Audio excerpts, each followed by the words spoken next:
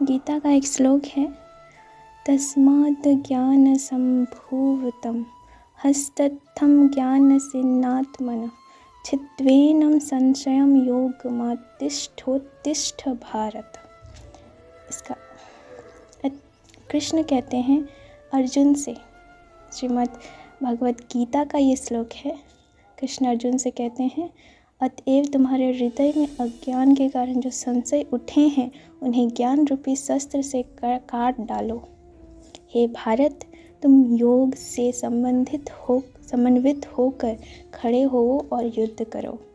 इस अध्याय में जिस योग पद्धति का उपदेश हुआ है, इसका तात्पर्य है वह सनातन योग कहलाती है। इस योग में 2 तरह के यज्ञ कर्म किए जाते हैं, एक तो द्रव्य का यज्ञ और दूसरा आत्मज्ञान का यज्ञ, जो विशुद्ध आध्यात्मिक कर्म है। यदि आत्म साक्षात्कार के लिए द्रव्य यज्ञ नहीं किया जाता तो ऐसा यज्ञ भौतिक बन जाता है, किंतु जब कोई आध्यात्मिक उद्देश्य या भक्ति से ऐसा यज्ञ करता है तो वह पुण्य यज्ञ होता है।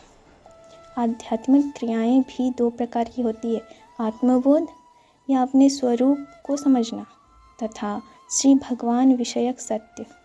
जो भगवत गीता के मार्ग का पालन करता है वह ज्ञान की इन दोनों श्रेणियों को समझ सकता है। इसके लिए भगवान के अंश स्वरूप आत्मज्ञान को प्राप्त करने में कोई कठिनाई नहीं होती है।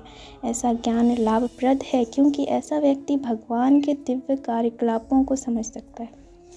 इस अध्याय के प्रारंभ में स्वयं भगवान ने अपने दिव्य कार्यकलापों का वर्णन किया है। जो व्यक्ति गीता के उपदेशों को नहीं समझता वह श्रद्धा विहीन है, और जो भगवान द्वारा उपदेश देने पर भी भगवान के सच्चिदानंद स्वरूप को नहीं समझ पाता है तो यह समझना चाहिए कि वह निपट मूर्ख है। कृष्ण भावनामृत के सिद्धांतों को स्वीकार करके अज्ञान को क्रमशः दूर किया जा सकता है।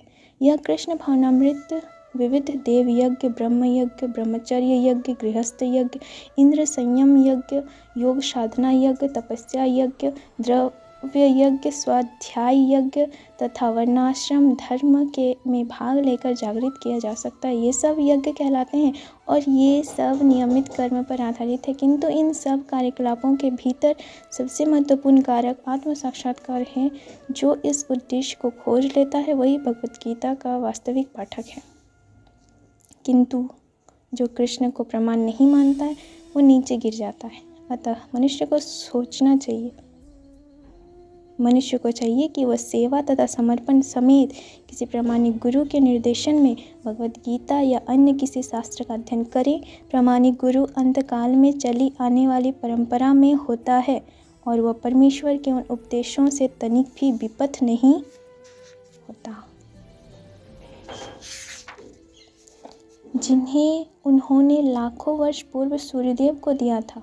यानी कि भगवान कृष्ण ने लाखों वर्ष पूर्व सूर्यदेव को दिया था, वही कथा अर्जुन को सुनाते हैं, और जिनसे भगवत गीता के उपदेश इस धराधाम में आए। अतः गीता में ही व्यक्त भगवत गीता के पथ का अनुसरण करना चाहिए और उन लोगों से सावधान रहना चाहिए जो आत्मश्लाघा वश अन्यों को वास्तविक पथ से विपथ करते रहते हैं। भगवान निश्चित रूप से परम पुरुष है और उनके कार्यकलाप दिव्य है। जो इसे समझता है वह भगवत गीता का अध्ययन शुभारंभ करते ही मुक्त होता है। राधे राधे।